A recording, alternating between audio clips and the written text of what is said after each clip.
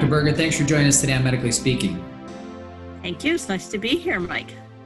Well, first, welcome to Buffalo. I know you're relatively new to the community, so welcome to Buffalo. It's wonderful to be here. And, I'm familiar with Buffalo, but I've never really lived here. And it's been a big, really pleasant surprise. So if you can, maybe even we can start at the very beginning. Young couples, young mom, young dad to be often are focused on the pregnancy, getting pregnant, having a baby. They may not know about prenatal care, or they may not know enough about it. So if you can, for the viewers, if you can explain what is prenatal care, what does that encompass?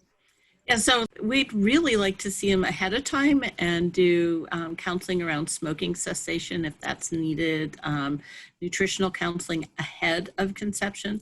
And there's a lot of big opportunities that are missed if we don't get to talk to the couple before they plan a pregnancy.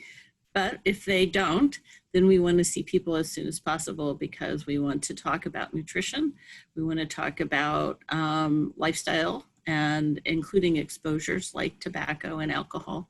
And we want to make sure that they have a good idea about what health behaviors are important for a healthy pregnancy, a healthy family.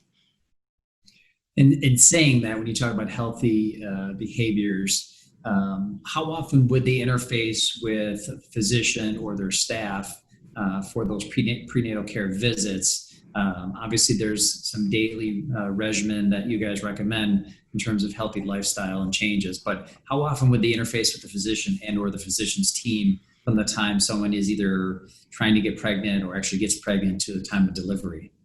So it's less frequent in the beginning and very frequent at the end. And we have a lot of guidance. So we break this into 3 trimesters is what we call them. So trimester is a third. So the first third is when the baby is little and still growing, and the mom has a lot of symptoms usually. So that's when you start to see morning sickness and sluggishness, not feeling well. And it's disproportionate to the size of the baby at that point. I think that's always a big surprise to people. And then about the time clothes no longer fit and mom's uncomfortable, actually some of those early pregnancy symptoms start to remit a bit. People feel a little bit better.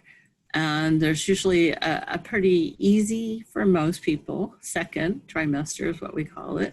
And then the third trimester is the important time to be seeing the physician, because then we start into some more intensive surveillance, particularly around blood pressure and weight, and making sure that the pregnancy is progressing in terms of growth. So lots of visits, particularly after 32, 34 weeks. So over that course of time, that pregnancy can be a very exciting but emotional journey that, an expectant mom as well as the dad go on. We're seeing some delay in prenatal care. Is that because of COVID-19 right now? Are people worried about, coming into a healthcare setting right now?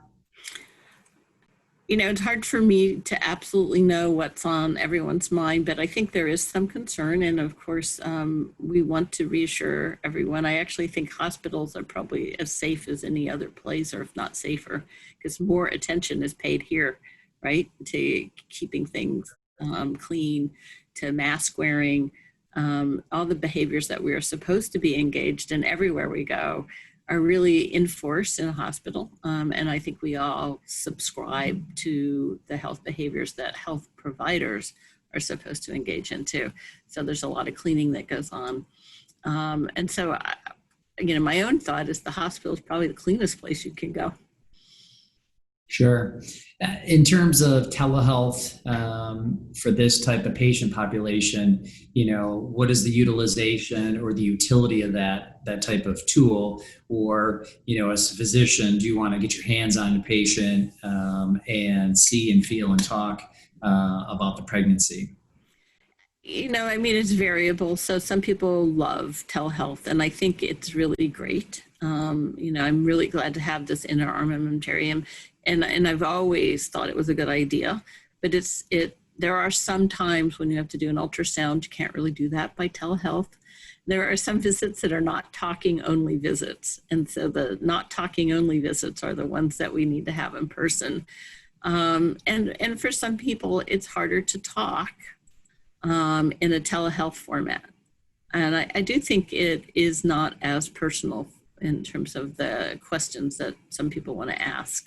That said, one of the benefits of telehealth is it helps with bad weather, right? So it doesn't just have to help with the pandemic. And having telehealth in a region where people sometimes live a long distance away from the hospital, it's actually an asset in that regard as well. Like early in pregnancy, if you're really feeling nauseated and you just really want to talk to somebody about that, a telehealth visit is potentially a better visit because you don't feel like getting in a car and getting motion sickness on top of what you already feel. Yeah. So there's lots of reasons that we now have what I would say some options for how we put this plan together.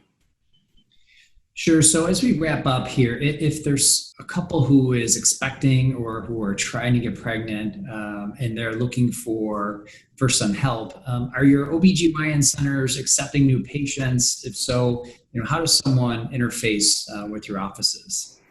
To the best of my knowledge about the Buffalo community, everybody's taking new patients. And there are offices in many locations. And what's wonderful about how it's arranged is that there's a very easy referral mechanism, and we have high-risk obstetricians, we have a hospitalist service and intensivist service for pregnant women who are facing problems that they weren't expecting. So it's very hand in glove. It's good to get started when everything is just fine, but it's nice to know that if something goes in the wrong direction and it goes even rapidly in the wrong direction, that we can rapidly take care of our moms. Sure. Dr. Sarah Berga is the medical director for OBGYN and Women's Health Program Development for Oshai Children's Hospital. Doctor, thanks for joining us today on Medically Speaking. Once again, welcome to Western New York. Excellent to be here. Thank you for having me.